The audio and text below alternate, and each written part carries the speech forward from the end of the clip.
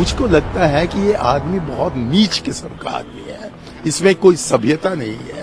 और ऐसे मौके पर इस प्रकार की गंदी राजनीति की क्या आवश्यकता है? आजकल न कहीं भी किसी भी भाषण में नरेंद्र मोदी राफेल के बारे में, भ्रष्टाचार के बारे में एक शब्द नहीं बोल सकता, क्योंकि जैसे ही नरेंद्र मोदी जी के मुंह से निकलता है जनता कहती है चौकीदार चोर है। उनको डर लगता है भाई और बहनों, उनको डर लगता है कि गलती से उन्होंने बात कर दी भ्रष्टाचार की, भाषण के बीच में कोई बोलेगा चौकीदार चोर है। Paulo Coelho once famously said, "A mistake repeated more than once is a decision." And it seems that the opposition has finally decided to launch personal attacks against PM Modi again and again. And what does Modi do?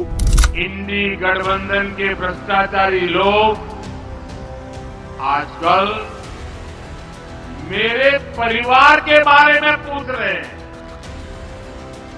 ये लोग कह रहे हैं कि मोदी का खुद का परिवार ही नहीं है, इसलिए मैं परिवारवाद के खिलाफ बात कर रहा हूं।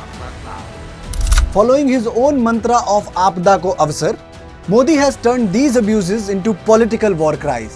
ये पूरा देश देख रहा है कि चौकीदार की चौकसी से कैसे भ्रष्टाचारी बौखलाए हुए हैं और सुबह शाम रोज नई गाली, मोदी को रोज नई गाली यही देते रहते हैं। और ये जो उनको गुस्सा है ना, गुस्से का कारण भी यही है कि चाय वाला होता कौन है जो हमें कोर्ट कचहरी के चक्कर कटवा रहा है, हमें जमानत मांगनी पड़ रही है, इसलिए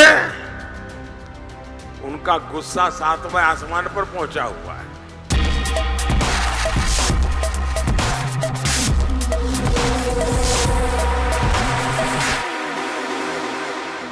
Even as opposition's personal attacks at Prime Minister Narendra Modi terribly backfired both in 2014 and 2019 Lok Sabha polls, the India bloc seems to have ignored the lessons from these blunders, and the opposition front has bowled another full toss at PM Modi, that too in the slogovers. ये नरेंद्र मोदी आजकल परिवारवाद पर हमला कर रहा है। अरे भाई तुम बताओ ना कि तुमको क्यों परिवार में कोई संतान नहीं तुमको हुआ, बताओ।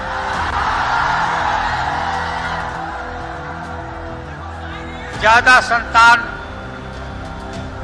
होने वाले लोगों को बोलता कि परिवारवाद है, परिवार के लिए लोग लड़ रहे हैं।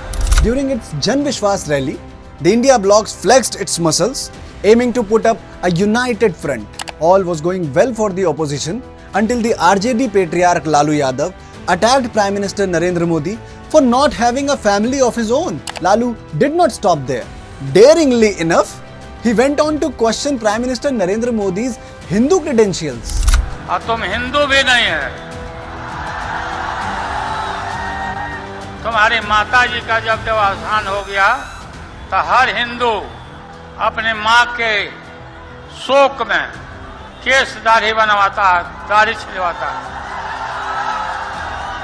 क्यों नहीं छिलवाया बताओ? Really, Laluji? Of all the plethora of issues to target Modi government, you chose this? You thought attacking Modi over Hindu traditions will help you win some votes. Right or wrong, but that man flaunts his Hindu credentials proudly in public, and that party has built its ground broadly on dharmic causes, be it Ram Temple or targeting Sanatan slanderers. You thought that by hurling these abuses, you are showing him in a bad light.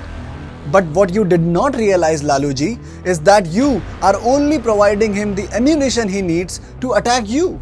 And now look at the repercussions. The BJP and its top ministers have already started utilizing Lalu Yadav's full toss to hit the opposition out of the park. From top cabinet ministers to a common karyakarta, BJP cadre has added Modi ka parivar to their social media bios. And turning up the heat, the BJP leaders are training guns at India bloc over the parivar remark.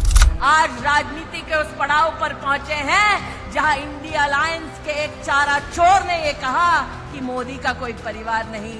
आज बड़ी विनम्रता से उस चारा चोर तक अगर नागपुर से आवाज जाए महाराष्ट्र की तो कहना चाहती हूँ, हम हैं मोदी का परिवार, ये नौजवान है मोदी का परिवार। सही बात कहा माननीय प्रधानमंत्री जी ने। पूरे देश उनको अपने परिवार के संग और उनके परिवार के हिस्सेदार मानते हैं।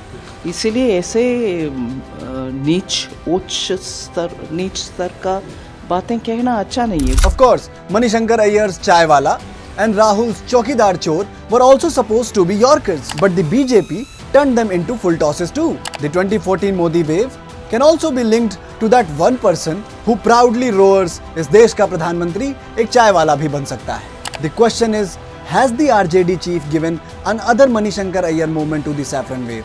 Only poll results will answer.